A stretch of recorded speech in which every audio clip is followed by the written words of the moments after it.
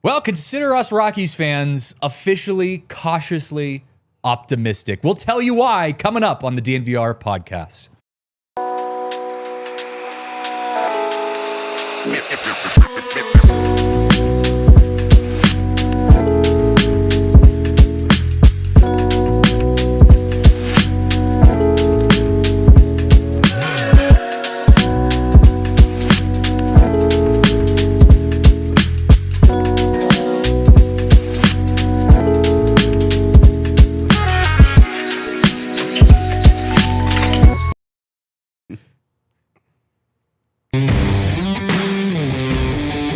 What's up, Rockies fans?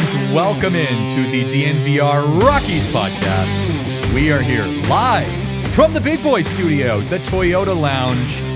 Christian Saez, Spencer Smith, Dion rocking the buttons, making us look good. Our last Friday show for a long time. It is. So yeah, we'll start with a little update. Next week we are, as of now, moving down to one show per week for Rockies stuff. I'm going to be jumping over and going back on the Denver Sports Podcast, which is going to be a lot of fun. Getting to talk about some Nuggets, some Avs, some Broncos, and some winning clubs here in Colorado. You'll see me on TDSP a few times here and there. When Christian's got no actual like legit people. He'll be like, "Hey, dude." Yeah, I'll bring Spencer on. Yeah. We'll talk about Rockies stuff and golf maybe. We'll mix things up. But yeah, so we're gonna move our Rockies show to Tuesday. It kind of helps out with some of the procedural stuff here at DNVR. So Tuesday at noon, the new Rockies pod starting next week. We'll be live on Tuesday. It also gives us a chance to hopefully recap any news that comes up from the weekend, although I don't think anything's going to happen this weekend, but it'll give us a chance to update anything that happens from the weekend. A lot of news breaks on Monday too, so it kind of gives us a chance to hit the Monday news on Tuesday and get ready for the rest of the week. So I'm excited. This offseason has been interesting, and I don't know if we've been able to say that Rockies fans have had an interesting offseason in years, it feels like. No, the word change doesn't apply to the dictionary. If you look up a Rockies branded dictionary, you don't see the word change in there very often, and the word insular and the word what's the other word when you bring your family into everything?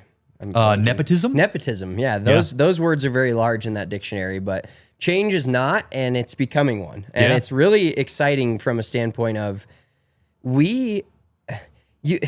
theoretically things can't get worse, right? Like Theoretically, they can't get worse. Now, they could have won 42 games. Yep, of course. They could have won 41 games. They could have won 40 games, 39, whatever. Yes, it can always get worse, but in the grand scheme of the Rockies and how we as media, and I say that with quotations for those of you listening to the podcast, media fans, everybody has this outlook on the Rockies right now where they have a real chance to change themselves and change the outlook from a fan's perspective. And I don't think they're going to get everybody to jump ship right away in terms of jumping back on the ship or back on the bandwagon, but they have a chance to at least have people go into next season and to this new regime, new president of baseball operations, director of strategy, whatever all these terms are, with some excitement and some a reason to pay attention again. Mm-hmm. Whether or not they're bad next year is probably going to be the case, but we are at least paying attention to what they're changing, why they're changing it, who they're hiring, and where the direction of this club is headed. And it's not just going in circles anymore. It's taking a new path. Could be bad, could be good, but we get to find out, and that's the fun part. It's something different. God, it's just different, right? That's been the story of Rockies fans for a while. Is it's just been nice to have something different, and we finally get to have that coming up. I'm going to guess probably in the next couple weeks. It sounds like a decision will likely be made maybe in a couple weeks. Just schedule a few more camping out of service trips and we'll get one. We will. That's how it goes. I was shocked. I was out of service yesterday morning and I came back into service and we did not have an announcement, which was probably the first time that's happened this entire season. I left when we were out of town when Bud Black got fired. All of that went down when we've always been gone. So we got a packed show today. We're going to talk obviously about the front office situation. We've got some new names to throw into the mix, so we'll give our takes on some of the new guys that could possibly be involved in the Rockies organization in the future. we've got to talk some postseason stuff. Wolfgang, I see you. I hear you. I got to vent about that a little bit. Mariners, are letting me down right now. So we're going to talk about them as the show goes on. We got to talk about the Dodgers. I hate to do it, but we have to talk about the Dodgers because the Dodgers are heading baseball in a direction that is certainly making things a little interesting. So we got a lot to talk about on the show today, but we got to start by talking about some of the, I hesitate to call it news because it wasn't really news, rumors, I'll call it, that we heard over the last couple days. Some of them coming from The Athletic, some of them coming from our good friends over at the Denver Post, Thomas Harding getting in on it as well. We had some rumors circulating. First of all, we got a couple new names, so we'll talk about them in just a second. But there was one thing that just came out. I don't know if you guys read Patrick Saunders' recent article on in the Denver Post that highlighted the fact that the Rockies, in addition to hiring their new president of baseball operations, whether that is a president of baseball operations or a GM, apparently that's yet to be decided yet. But the new person in charge of running baseball decisions for the Rockies, while they're trying to hire that, they also added that they are going to be including a chief revenue and strategy officer, which is not something that I expected. Now, yes, we knew that the Rockies were headed in a different direction. They're obviously kind of changing things from the way that we've seen them operate in the past. And I think a lot of that is credited to Walker Monfort for taking the ideas that his dad has had over the last, decade plus and saying, we need to do the opposite of that. Whatever my father has been doing for the last 20 plus years has not been working. So now I'm kind of being given some ability to make decisions here and to kind of get this ship headed in a different direction. And so far, Walker has done and said the right things. And I see this in Patrick Saunders' article that the Rockies are going to be including a chief revenue and strategy officer. And it's another thing in my book where I look at what Walker's doing and I say, that's a good idea. Because from my perspective, and obviously we'll still have to wait and see, that's just another job that separates the baseball people from the ownership, where I think the Monforts were kind of operating in this world of, Dick Monfort is the president of baseball operations. He is the chief revenue and strategy officer. And Bill Schmidt, or whoever the former GM was kind of just there as a yes man almost. At least that's how it sounded. To me, you're starting to get more and more people that seemingly on paper have the ability to make baseball decisions, and that cannot be a bad thing. No, and it's just them having some self-realization that it's clearly not working, and instead of trying to hide it with comments like, oh, we're going to be the best defense in baseball, or we actually think this team is good, when no one in their right mind believed that, but that's what they said to us and said to the media. They're hiring people to do the jobs that they're supposed to do instead of trying to do everything at once. And when you realize that, as like, you look at a lot of companies, and the more they hire people to do their own specific jobs instead of having one person do 3 or 4 things, especially when that one person's not doing that good of a job at it, everybody gets more specific with their job, and everybody focuses a little bit more on the small things. And it may not translate to a product on the field right away, but overall, this is just going to be a better situation for the Rockies moving forward. I mean, look, like DNVR is kind of a perfect example of that. 3 or 4 years ago, DNVR had 1 or 2 producers that are doing multiple shows, and then maybe something gets forgotten because somebody's working on Nuggets, and then they're trying to do abs, blah, blah, blah. And then the bigger you get and the more important things become, like now every show has their producer. We get Dion every single week, and he knows what the Rockies show's about, makes the show better. And he's a producer. He's not a co-host that's simultaneously producing. You're right. He's not like, it's not like, Dre, our GM, is coming downstairs and producing our shows. Like, Dion is a producer. That is his job. I am a Rockies podcast host. Same to you. Like, we're doing our specific jobs that we were hired to do. Yeah, and it makes the product a lot better. Yeah. And that's what we're seeing with the Rockies is like, it's been this kind of dictatorship really for the last who knows how long. And yes, you have a GM, and this still, even though we're saying this doesn't mean it's necessarily going to change. I've seen, James Click, Levine, some names in the chat. Like, even though they get hired or whoever they hire is the new GM, doesn't necessarily mean that the Monforts are completely taking away the decision making of like, okay, Click decides what guy he wants to fill the bullpen or whatever, and then Monfort still have to approve it. Like, I'm not going to get crazy and think that that's all going to change, but you at least have some fresh minds and some different people doing specific jobs that will help the organization instead of this dictatorship of a guy that's going to just make every decision. Like the further and further away Dick Monfort moves from this team, and Walker, just end of sentence, just makes more decisions and hires other people to make more separate decisions, it's only going to be positive. Delegation is never a bad thing. Delegation is never a bad thing. It should never, when you're running an organization as large as a Major League Baseball team, you should not be making decisions in a small room with just a couple people or just one person. It should be delegated amongst people who have experience. And I wanted to read this little excerpt from, again, Patrick Saunders' great article in the Denver Post. He said, according to source, the chief revenue and strategy officer would be tasked with helping grow the Rockies from the business side and will be involved in investing money in data, analytics, and strategy. Now, we know from experience that the Monforts, or whoever was doing that before, but we all understand that it was from the top down, the Monforts, we're very bad at that. The Rockies are one of the worst teams when it comes to data, analytics, and strategy, and they have been, and that's well known amongst all of people within Major League Baseball. So to have someone who is a baseball mind, who comes in and their sole job is to do that, to say, hey, yes, Mr. Monfort, whether that's Walker or Dick or whoever, is going to give me a budget. Like, there's going to be a set amount. It's not like the Monforts are just going to disappear and this person's just going to do everything they want with an unlimited paycheck. They're going to have to work within a budget. But within that world, they can make the decisions.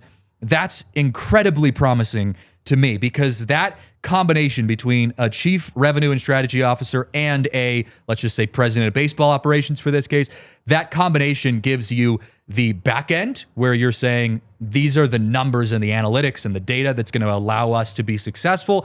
And here's on the right side, here's the baseball mind, the president of baseball operation, who can manage an organizational team, that can build a roster, that can go draft correctly, that can go handle trades, which Walker Monfort said that's one of the big things they're looking for in a new president of baseball operations, is a trade-oriented approach to this, because they've lacked that in the past. Like, again, these are all good things. Obviously, we don't have anything set in stone yet, but I can't say I'm disappointed by the direction in which things are headed, just given these rumors that we've been hearing. Exactly. And you think about the Rockies as a business, and they seem to be doing pretty good on the business side, right? That's why everybody in here and in the chat and Rockies fans over all the years are so upset, because some of these teams, they're bad baseball teams and they're not good at business. It's just kind of a disaster from the top down. And as much as we want to hate on the Monforts and Bill Schmidt and whoever's up in the front office, like, they've done a pretty good job at building a business. Now, they haven't done a very good job at building a baseball team. Almost too good of a job. Yeah. Exactly. Yeah. They've done such a good job at building a business that it actually makes people more mad that the baseball team isn't reflective of how good the business is doing. But the more we see, this all works in tandem, because the better this business can always get better, right? Any business can always get better and be more efficient and make more money. So the more money that they, if they have this chief revenue officer and then they find a way to make more money, well, then you hope that money gets reinvested into the roster, into the players, into, facilities, whatever it ends up being, that you can attract free agents, you can pay free agents. Like, all of this stuff works together in tandem, and it does matter. Like, some of this stuff does matter. And you think, oh, the Rockies make so much money, it doesn't matter, they still don't spend money on players. Well, no, they are, top half or middle half of the league in salary cap spending.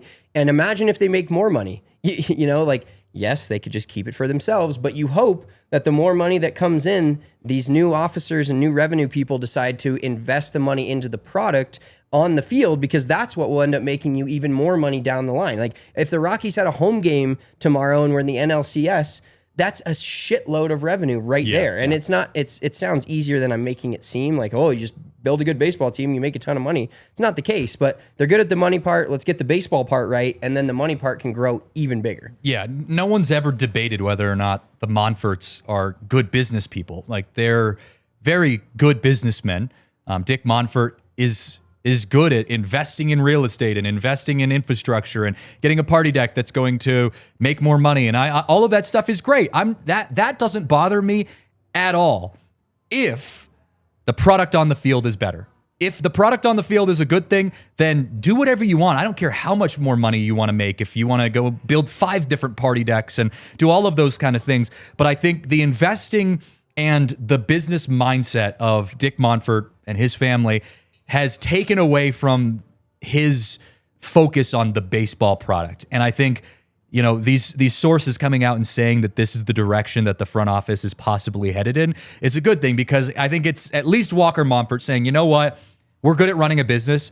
We're going to run this business this way, but we need some baseball people to run the baseball side of things. And that's what we as Rockies fans have been begging for who knows how long. And it feels like we're finally headed in that direction. Finalists for the candidates for the job will be interviewed next week, according to Thomas Harding. So things are coming up quick. We got to hit our first break of the show. After the break, let's talk about some of the names specifically, because we did hear some names. I've already seen some of you guys throwing out some of those names in the chat. And also, there's one quote that I wanted to throw out from that article from Mr. Saunders that was the only thing that gave me a reason to pause. And I'll talk about that coming up after the break. Well, I want to give a shout out to our friends over at Toyota. Toyota is the official vehicle of DNVR, and Toyota is an integral part of my life. I have been a Toyota owner and driver for as long as I can remember driving a car. And there's a reason for that. Toyotas are incredible vehicles. They are so trustworthy and so dependable. And I was actually at a grocery store the other day, and the people who were standing in front of me, I guess one of them was a mechanic, because he was talking to the person who was standing next to him about cars, and he was talking about his experience working on cars. And they were having a conversations about what is the best car that you could possibly get and what's the worst car that you could get. And his answer to this person was, the best car as a mechanic that I've ever been able to work on, the cars that are most reliable, that have the least amount of problems, are Toyotas. And he said, I mean, I wasn't having this conversation with him. It was completely, just off the cuff, just having a conversation with the people in front of him. And I just happened to overhear it.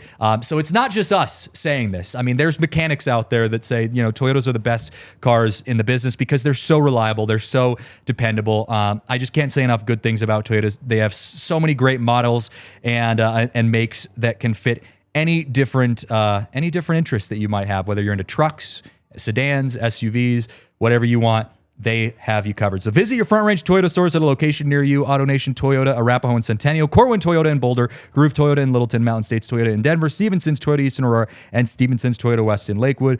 Toyota is the official vehicle of DNVR.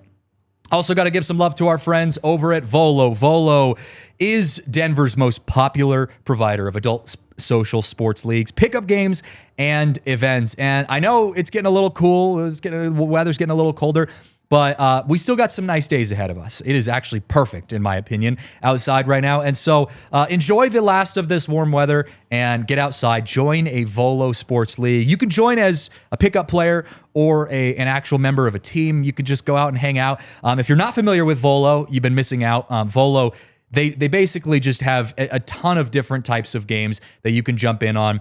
Park games like soccer, volleyball, pickleball, kickball, basketball, cornhole, and many, many more. They play all over Denver and also, I believe, outside of Denver as well, but specifically here in Denver. They're incredible. Players can sign up as a free agent, small group, or full team, and all ability and levels and backgrounds are welcome to join. Use code DNVR10 for $10 off any Volo league. All right, real quick, I wanted to wrap up the last piece of that article from Patrick Saunders of the Denver Post, where Walker Monfort was actually talking about his dad's involvement. He was asked about his dad's involvement, and he said this, quote, he's a partner in this. He's still the ultimate decision maker.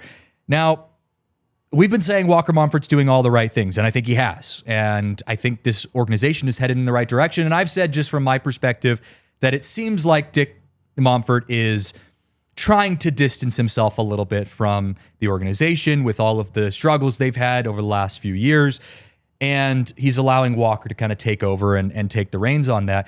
But the reality is Dick Monfort is still the decision maker. He is still the one signing the paychecks. He's still the owner. And so I do think there is something, this is where I come into being cautiously optimistic. There is something to be said about keeping an eye on just kind of how much of a hand Dick Monfort plays in these next few decisions. I have no doubt that he's going to be in the room in these interviews. I have no doubt that he, like I said, is going to have a say in these interviews, or the final say, according to Walker Monfort. But is he going to give the agency to Walker, and then eventually to the people that they hire to make those decisions? You can only hope. And I like I said, I think the Rockies are headed in the right direction. But for this to work, the Monforts, both of them, have to hire these people and take a step back and say, we trust you to make these decisions. Yeah, and a lot of like the comments are kind of bringing up the points that you hope to see, because do we think that we're going to hire a new GM and a new president of baseball operations or director or whatever these titles are, that all of a sudden the Monforts are going to change their spending habits and throw all this money around? No, you'd be stupid to think that. But you hope that there's a good mixture of, when they're interviewing these candidates, like this is your budget. How are you going to make the best out of this? Or what would you do with this amount of money to sign free agents? Or what direction would you take with hitters? Do you like more contact guys? Do you like more power guys? Do you want guys to steal bases? Like, how are you going to approach this with this type of budget? And I think, the Rockies there's a stigma around the Rockies, which is not entirely untrue, but anybody that's taking this job, as we've talked about in the past, it is a job that's coveted. It is a job that people would love to be able to succeed in. But anybody taking these interviews and wanting to become the next Rockies president of baseball operations knows that they're a little bit more hamstrung than the Dodgers or these other teams. And to be honest, like, there's a lot of small market teams out there, but there's also a lot of teams. There's only a handful of teams that are like the Dodgers, the Mets, the Yankees, etc., that actually spend unlimited amounts of money. All the rest of these GMs, I mean, look who's still left in the playoffs. The Brewers are doing it this way. The Mariners are doing it this way. The Blue Jays are doing it this way, and they've spent a little bit more. But the reality of the situation is there's about 25 MLB teams that don't have an unlimited amount of money to just spend. So there's guys out there doing this job and making contenders and or playoff contenders, which is all we're asking for at this point, with a limited amount of money. But they have to have some say, obviously, in the players. And I hope it doesn't turn into a situation where this would never really become public, but I feel like we could kind of feel it, where like the new GM comes in and he's like, well, I wanted to sign this guy, I wanted to sign this guy, I wanted to sign this guy. And, realistically, you're not going to be able to sign all those guys, but I hope it doesn't become a situation where we're even more mad at Dick Monfort because we feel like the new GM or president of baseball operations is being hamstrung. Yeah, when it was Bill Schmidt, we knew the whole thing was just a big cluster F, for lack of a better term. Now it's like, okay, you got a different decision maker over here. You've still got the boss, but how much will the boss still allow this guy to have some freedom? And to be honest, I think a good GM or president of baseball operations, whatever they end up being named, I think a good person in that role wouldn't allow that to happen. Now, obviously, yes, you have to, the Monforts are the ones writing your paycheck, so you have to work within that a little bit. But if you are hired in here to, reinvent the Rockies, you obviously are a very knowledgeable baseball person. You have a good resume, and I don't think they would stand for that. So, like I said, it doesn't concern me a ton. I'm cautiously optimistic, but we'll see. We'll see how things are going. We got to talk about some of these names, though, because we're talking about, this is a coveted baseball opportunity for a lot of high-level MLB executives. And I know people out there, the casual Rockies fan or even the Rockies hater out there, has done their rounds saying, oh, who would want this job? It's the Rockies. Who would want to work for the Rockies? Well, it turns out some of the best minds in baseball do. We found out James Click, Scott Sharp, Matt Foreman, the three names that at least got leaked through The Athletic as having interviews with the Colorado Rockies for that position. The biggest one, in my opinion, being James Click. James Click, Blue Jays Vice President of Baseball Strategy, formerly the GM of the Astros. For those of you who are not aware, he was the assistant GM of the Astros that built that World Series team, got nabbed for the cheating scandal. The GM got fired or resigned or however that went down when the cheating happened. And James Click became the new GM of the Astros. So my initial thought was, well, maybe he just inherited a good team. Well, then you go and look at their tenure after the cheating scandal. Well, the Astros not only got better, but he found ways to keep all of their best players.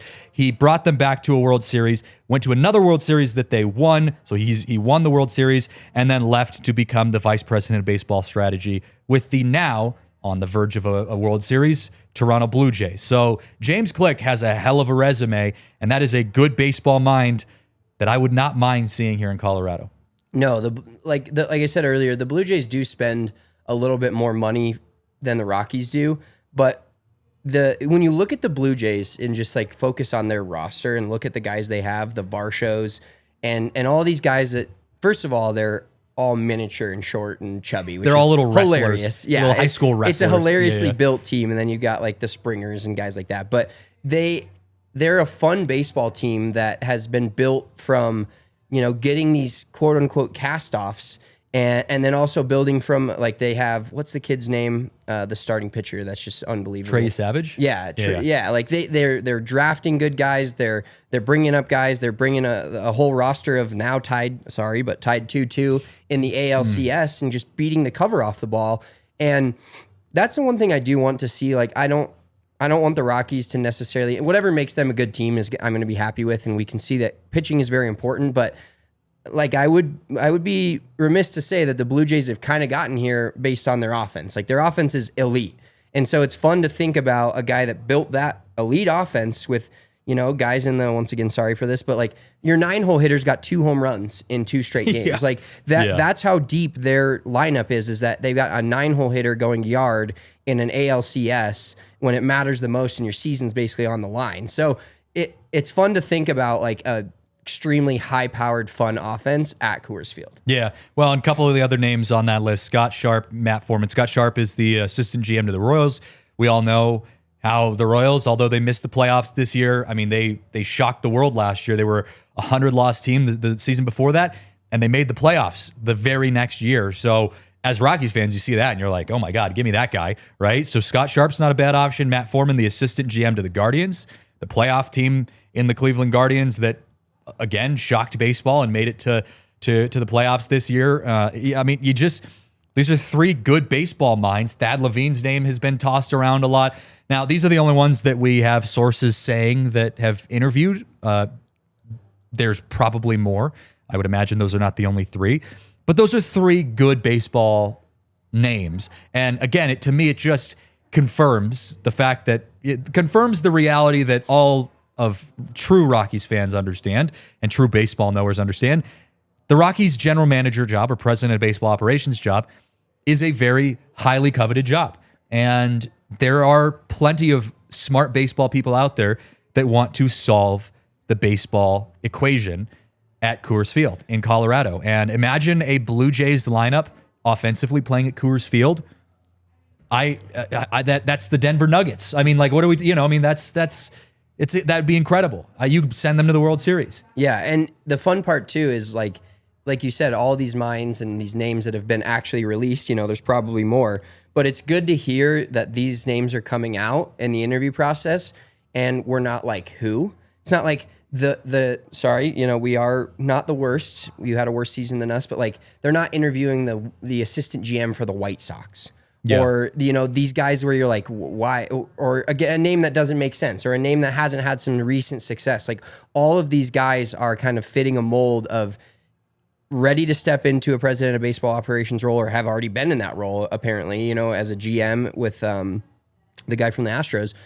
But these guys are hopefully ready to win, and hopefully ready to take on this immense challenge that not only is Coors Field and the difference of baseball at altitude, which is very different, but the fact that you're starting out with a pretty rough overall roster. And we do hope coming up, like as much as we don't like to talk about the guy Bill Schmidt said in his exit interview, or what he would tell the next GM, or whatever that little statement was, there is some hope for the pitching prospects in this organization. The Griffin Cannings and the guys like that we brought up. Brody Brecht, I know I love him because he's an Iowa guy, but he had an unbelievable season. Like, they're still a few years away, but there is some guys that are starting to get national attention from a pitching perspective. And yes, we're not going to hit on all of them, but if you get 2 or 3 more of those and find a way to unlock Chase Dollander, you could be looking at a a team that's ready to compete in 27, 28, 29 maybe with a young pitching staff, which would be electric. Like we can try to sign a veteran that's had a 10-year career and can try to revive that career at Coors Field. Doesn't normally work with pitching, works well with hitting and position players. But like if we build a young pitching staff that comes up and is relevant and good, and Ryan Feltner's good, and like I said, Chase Dolander gets on the right track, and you have a few of these other guys. That Tanner Gordon ends up being a quality starter in the MLB. You can have a fun team and supplement that fun young team with a few veteran splash free agents. Not going to be your Juan Soto's, but your mid-level guys that you can go sign. Yeah, I know. I think it was Lux. Yeah, Lux in the chat says Monfort would never spend $500 million like the Jays did with Vlad. You're not wrong. I mean, I don't see a world in which he would do that.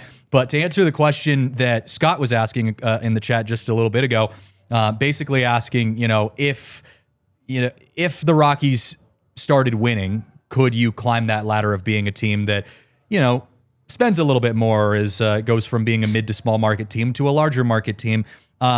It could grow. I don't know if you'd change the market size of the team, but I do think if you realize that investing in a baseball team makes your team better and you make more money in turn, it's cyclical, and that could continue to, snowball. The Rockies will never end up being the Dodgers, ever. They won't even be close. They probably will never even end up being the Blue Jays.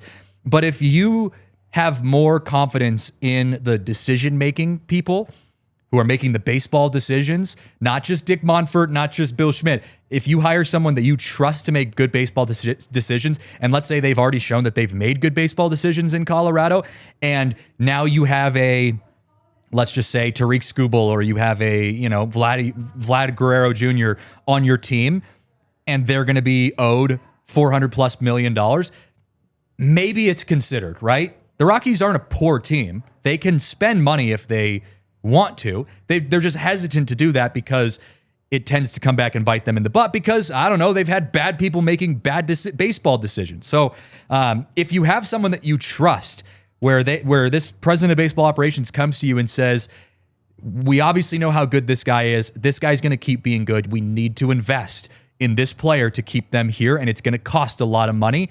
I think the Monforts will be more willing to invest in that if they could see the return in the future. So it all starts with getting the right people in place, and we all know that. I do want to ask, how long of a leash do we give this new GM, president of baseball operations? How long until we could realistically see the Rockies being good again? I know it's kind of a subjective what-if question, but let's play that game here. Let's indulge that conversation after this next break. Well, I want to give some love to our friends right now over at Game Time because it's hockey season. And in my opinion, there's no better time than baseball season. But the second best time of the season, sports-wise, is hockey season. And the Avs look pretty damn good. They're 4-0-1, I think, to start their season. Yep, no regulation losses yet. No regulation losses. So if you are heading out to a little ball arena action and you're going to go watch the Avs, which you should, you got to use the Game Time app. Game Time is the best place to get tickets for any game, but especially NHL tickets, because you got to be a part of this whole thing, right? If you guys are Rockies sickos and are going to Rockies games when the Rockies are that bad, well, do yourself a favor and go to some of our good teams here in Colorado too, just to balance the scales a little bit. And when you use the Game Time app, you get great deals. You get, cheap tickets. The app is incredible to use, and you get to go watch an incredible team like the Colorado Avalanche go out there and kick some butts. So use the Game Time app and go watch some NHL hockey. It's a great time. You will not regret it. Take the guesswork out of buying NHL tickets by using Game Time. Download the Game Time app, create an account, use code DNVR for $20 off your first purchase. Terms apply. Again, create an account, use code DNVR for $20 off. Tap, ticket, go. Download the Game Time app today. Also got to give some love to our friends over at Bet365, because at Bet365, we don't do ordinary. And if you use the code DNVR365 when you sign up, deposit $10, choose between either a bet and get offer or a first bet safety net offer. And I saw you were getting a little crazy with your parlays, with your NFL parlays. Was that today that you put that in, or was that yesterday? Yesterday. That was yesterday. The tweet showed up today. I did have a crazy little NFL parlay last night. I still have my Dodgers parlay, unfortunately, is still riding. But I hit an Avs parlay actually yesterday. And I took Avs parlays are fun because you can parlay a bunch of guys, like in baseball, parlaying guys to get hits. Yeah. In the Avs game, you can parlay guys to get a point. Yep. So last night, I had Cale Makar to get a point, Arturi Lehkonen to get a point, Valerie Nichushkin to get a point, and the Avs to win the game. And it boosted 30% on the Bet365 app, and I basically was like 6-1 odds. Attaboy. And I hit it. You love it. You love to see it. Use that code DNVR365 when you sign up. See why it's never ordinary at Bet365. Must be 21 or older, physically located in Colorado. Please gamble responsibly. If you or someone you know has a gambling problem and wants help, call or text 1-800-GAMBLER. All right, how long? How long until the Rockies are good again? From where we stand right now, Rockies lost 119 games. The roster is rough. It feels like decades away. But a new front office, we saw the Royals change things within a year. Not saying that the Rockies should be a playoff team next year, but what are you expecting to see? So some of the comments are basically taking the words out of my mouth. Scott saying 6, Cole, Lefty saying 5. I'm right in that 5 to 6 range too. I agree. But Luke's comment there at the bottom of 63 wins in 2026, then 527 playoff contender 28. Wow. I'm close to that, but I think I'm 1 year behind that. Like next year, I expect the Rockies to win between 50 and 60 games. And then 2027, I would like them to be close to 500. If we're playing baseball in 2027. Yeah, if we're playing baseball in 27. We're just assuming that baseball is not going to be stopped at all, and we're going to go right on the same realm that we've been on. I think 2027, it'd be nice to see them win 70 games-ish and be on the graphic in the start of August of like, hey, you're 6 to 7 games out of the wild card. Be like Marlins bad, like that kind of thing. Where you're like, if you get hot, you could actually make the playoffs. Yeah, if you win 10 of 11 or something like that, you could be in a playoff spot. but you're also not a good team. But you're yet. also not a good team yet. Yep. And then 2028, I'd like to see them be like, that's when we should have, Condon should definitely be up and be almost a veteran at that point. Maybe see Ethan Holiday by that point, those kind of guys. 2028, you're like, all right, now this is the year we expect to win 80 plus games. We expect to be going into the middle to end of September with a chance to make a wild card spot, and then we'll see where it goes from there. So I'm pretty close to Luke's, but I think I'm just 1 year off of that. I'm usually pretty optimistic. I went on the radio before the season started and said, I think the Rockies are going to be better this year. Us too, Felix. Yeah. Us too, Felix. We tend to lean a little more purple glasses here on the show. I'm going to go the opposite direction. I think it's going to take a while. And I'm not saying it's going to take 10 years. I think I'm with Scott. Maybe 6 years, maybe 7 years. And the reason I say that is because I think it's going to take a long time for whoever comes in and gets hired. I think it's going to take a while to fix the hole that the Rockies are in right now. The Rockies are the 24th ranked minor league system or minor league organization in the minor league system. And they're by far the worst team in baseball. And there's not really any big hope on the horizon. Yes, you've got Charlie Condon, if he can progress the way that you hope he is, but he's just one guy. Yes, you have Ethan Holiday in a couple years. But again, that's assuming both of those players at least meet expectations. You have a couple decent pitching prospects that could be good, but you watch playoff baseball this year. You watch the Blue Jays. You watch even the Guardians and the teams that kind of snuck in, and the Tigers. The Rockies are nowhere near that. The Marlins, even, I just use them as an example, are a good couple leaps and bounds ahead of where the Rockies, are right now. So I think it's going to take a long time for whoever comes in to kind of flush out all of the gunk that's been left behind by the previous administration. You need a roto-rooter. Yeah, you gotta really flush that out, man. It's going to take a while. And then install some fresh flowing water to your plumbing Filtered systems. water. Filtered water that, that this new person coming in and building a new roster can say, this is the roster I hang my hat on. I think it's going to take some time. So I'm not in a hurry, although I'm sure, like Felix, I'm going to be sitting here next season when the Rockies are 1-20 in the start of April. April's rough. April is brutal, that April schedule. And I'm going to be pounding my fist on the table saying, why can't we be good now? I hope that Dion clips this and plays it for us in the month of April when we're crashing out and reminds us that, this is going to be a long uphill battle. And shout out to whoever comes in and hopefully has to fix this for us. I've got an interesting hypothetical for you here. Okay, put your Rockies, your GM hat on or whatever. We know this season was bad. Obviously, 43 wins is all you need to know. But realistically, if you look at the Rockies roster right now, or going into this season, and obviously we were a lot higher on it than most, and we were wrong, sure, which is fair. But if most of your starters, you can't have perfect health. That doesn't happen in the MLB in any professional sport. But if the Rockies would have had better health and gotten expectations, the only guy to really exceed expectations this year for us was Hunter Goodman, right? Hey, don't forget Jimmy Herget. Jimmy Herget as well. So there was like 5 or 6 guys that you believe, the Doyles, the Tovars, that are MLB players. If all 5 or 6 of those guys that we kind of expected, and we can leave Tolia completely out of this because that was just a disaster.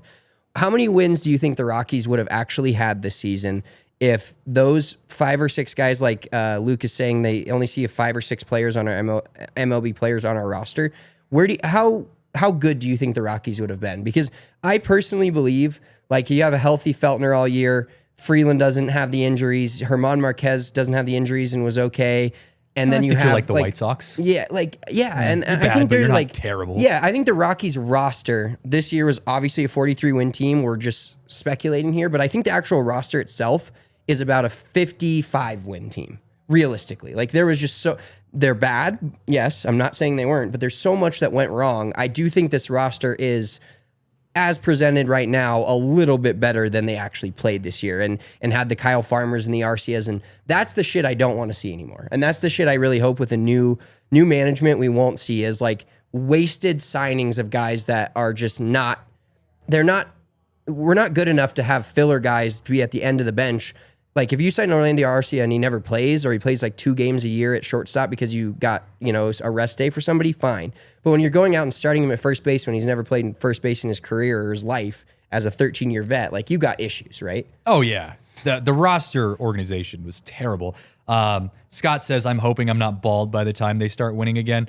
I'm already going that way, so. Yeah, how long until you get there, Scott? Are we talking 5 years, 10 years? Because it's gonna be a second. I do think it's gonna take a second for all of this to pan out, but you got to start somewhere. But my point being, I don't think they're as bad as they actually were this year. Like, realistically, I know it's hard to say, they but could be I better. Don't think so. Yes, sure, they could be better, and you could put the manager in there as well. Like, if Bud Black's not taking Kyle Freeland out in the first game after 70 pitches when he probably throws a complete game shutout, like, they should have won. The Rockies should have won game number 1, right? I mean, you can split hairs all you want. The Rockies are, like you said, a bad team. Yes, maybe if you have everything go right, you're less of a bad team, but there's still just such a hole that you have to dig yourself out of if you're the new president of baseball operations, if you're the new GM. And the reality is, unfortunately, the new hire is going to have to do a lot more fixing before they can do building. And that's why it's going to take a while for this organization to get back on track. But again, you have to start somewhere. You can't just keep twiddling your thumbs saying, "Oh, maybe one day we hope." God, hope it was it's like, you know how you can mute certain words on Twitter? That's like the word that I wanted to mute over the last couple of years for Rockies fans, because I felt like this organization, every time they would talk, every time you'd hear a Monfort speak, every time you'd hear Bill Schmidt speak, or even Bud Black at times speak, it was like, we hope that this and this goes right. We hope that Chris Bryant is our veteran slugger. And I'm like, God, why? Like, what do you mean you hope that Chris Bryant's your veteran slugger? Go find a veteran slugger. If you can't keep doing that. So yeah, the Rockies are finally taking action, which, God, it took 20 years, but here we are. This team, buying this team, or I should say being the GM of this team, is you're not buying an empty lot. You're buying a lot with a complete shitter on it, and you have to decide which pieces you have to take out. Do you have to demolish the whole thing? Yeah. Do you have to take out every single thing and rip it down to the 2x4s? Like, this isn't an empty lot where you just get to envision this beautiful house that you're going to build. Like, you've got a lot of work to do before you even get to the empty lot with just the foundation, and then you can build the nice house. Yeah, this is the type of thing, though, that, we see it with all those Red Sox documentaries.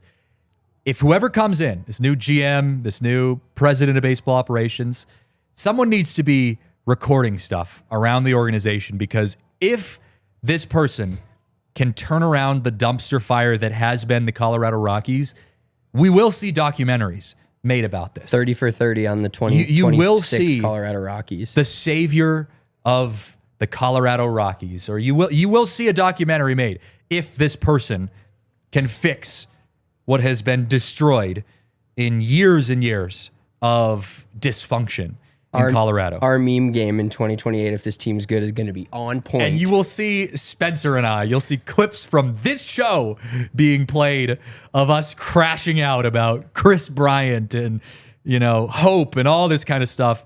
And hopefully, I just cardinal sinned right there. The Rockies, we can look back and look back on these times and laugh and say, man, remember when. But they're taking a step in the right direction. We got to pause real fast. Last break of the show. After the break, let's talk a little postseason action, because the postseason is crazy right now. We'll be back after this. All right. Before we hit postseason stuff, no Rockies Gold Gloves this year. Yes, Ryan McMahon could technically get some attribution to the Colorado Rockies. He's nominated as both a Rocky and a Yankee, but he would be receiving the award as a Yankee.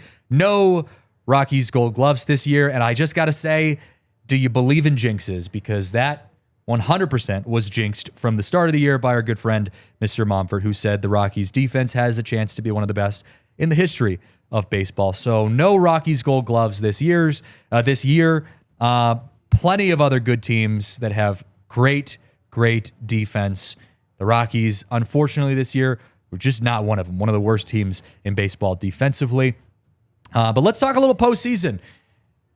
I want to start before we talk about my Mariners, by talking about the Dodgers. Because the Dodgers have come to life, which I guess no one should really be surprised about the fact that the Dodgers have come to life, because their regular season started in October. No one second guessed the fact that the Dodgers would be in the postseason. It was just a matter of, can they get to the World Series? Well, here they are, steamrolling the Brewers, and this Brewers series, to me, and to more than just me, feels like a precursor to whether or not baseball will be played in the year 2027. Because this is a sliding doors moment here that we're watching. Yeah, because the Dodgers are the epitome of what people believe is wrong with baseball. The Brewers are what Rockies fans can hang on to as hope that one day we can be like the Brewers.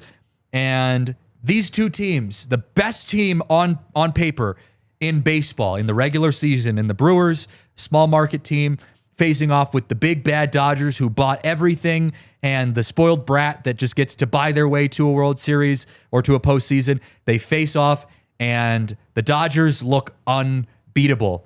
And I asked the question, once again, it will not be the last time I ask this question, are the Dodgers bad for baseball? The more and more we get through this postseason, where the Brewers manager is really playing into this whole little brother syndrome too. You don't like Pat Murphy? No, I like him, but he's definitely, like, I saw a couple of quotes from him the last couple of days, and you're like, dude, you realize you are the team with the best record in the National League this year, right? You realize you started the series at home, and now you guys are choking on one and not being able to beat the Dodgers when you had home field advantage against them. But I do believe that the Dodgers winning the World Series would be better for not necessarily baseball as a whole, but it would be much better for a team like the Rockies going forward, as much as we'd hate to see them lift another World Series. Well, it certainly would pretty much put a pin or a nail in the coffin for baseball in 2027, because I think right now, I almost said Monfort.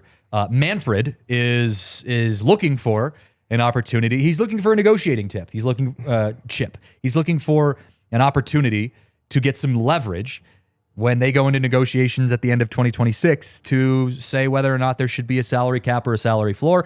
Well, the Dodgers are giving you that, because the Dodgers look unbeatable right now. So yeah, that's happening right now. And the other thing that's happening on the other side, on the American League side, is the American League Championship Series is 0-4 for home teams. The Mariners are falling apart. The Blue Jays looked like they were falling apart. What the hell is happening in Seattle and Toronto. Neither of the teams want to win a home game, apparently. I guess which not, is man. Crazy. Yeah, we saw just outstanding pitching from the Mariners bullpen the first 2 games. Enough timely hits. I mean, Julio Rodriguez homering the first inning. Like, that first inning home run, which we've gotten a lot of first inning home runs in the past couple of championship series games. It just kind of, baseball is so intense, and we talked about how intense the playoffs are, that it kind of like takes the lid off and lets everybody relax. It's almost better when there's a run scored early, I think, for both teams, because it's not that it's like, all right, the first run's out of the way, let's play baseball now, versus every pitcher is just so dialed in. And Ashby last night giving up a leadoff triple to Ohtani, then a double, and they're already down 1-0, and you're like, oh, well, this game is probably cooked. And they bring in Mizorowski, who was great, but there's just not enough. Like, if you would an all-star team of the Mariners, the Blue Jays, and the Brewers be able to beat the Dodgers? Yes. You think if you put I think so. all the best players out there on those 3 teams, they'd beat the Dodgers? Because there's a lot of holes right now in the Mariners lineup, in the Brewers lineup. The Brewers lineup, I was reading stats, and the Brewers lineup almost as a whole is like batting, 150. The Mariners lineup the same. The Mariners are just a mess right now. Who's been the biggest flop in the postseason? Shohei Ohtani's batting 193. That's not good, but he has a team full of all-stars behind him that helps him out.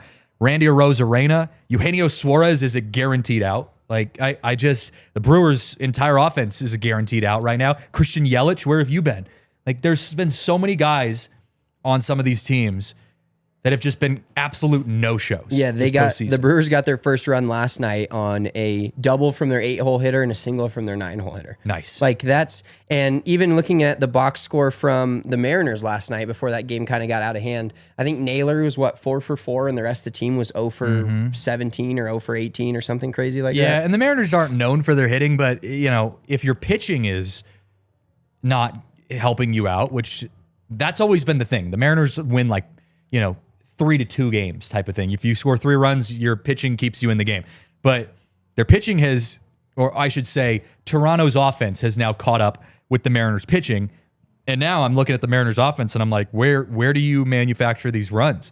Because Cal Raleigh's, you can't expect him to hit a grand slam every single game. You can't expect Julio and Cal to go back to back. You can't expect Naylor to do everything by himself. Like, you need some depth there. And for the Brewers, you just need anyone. You just need somebody. Yeah, somebody please get a hit. Contreras has been not that great and kind of flip-flopping back and forth series, but like Andres Jimenez being a 9-hole, like, you always have these stars in the postseason, and a 9-hole hitter hits back-to-back home runs and back-to-back games that change the outlook of the entire game. I mean, Ernie Clement, who is basically Roberto Clemente at this point. Yeah. He is on pace to have the highest batting average in the postseason in the history of baseball right now.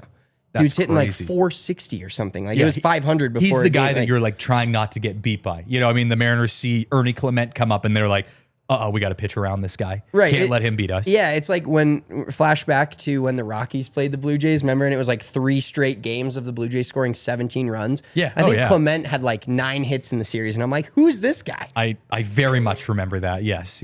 And these series, I will say, the Yankees series against the Blue Jays, now the Mariners series against the Blue Jays, have made me feel better as a Rockies fan, because yes, the Rockies got outscored 46-3 or something like that. It was crazy, 46-4 maybe. But at least we aren't the only ones. I mean, yeah, these don't look as bad, but they don't look good. Yeah, the Blue Jays are him offensively. Yeah, the Blue Jays are making the best pitching rotation in baseball look like the Rockies starting pitching. So, the Blue Jays, I do think, I hate to say this, as a former and now resurgent Mariner fan, going back to my roots and rooting for the Mariners, I think the Blue Jays and the Dodgers are inevitable. I think it was a shock to me that the Mariners won the first 2 at home. That was insane. And good on the Mariners pitching for just being dominant like we expected them to.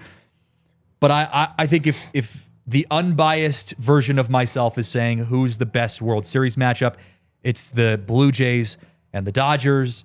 And I just don't see a world in which we see anything other than that, especially for the Dodgers. I mean, the Dodgers have the World Series in a lock, but I don't know if the Mariners can do it, man. I don't think they've got it. Is is the MLB is the 7-game series are 3-2-3, correct? Or 3, excuse me, 2-3-2. I believe so. The M's have one more home game to try today, to flip this series.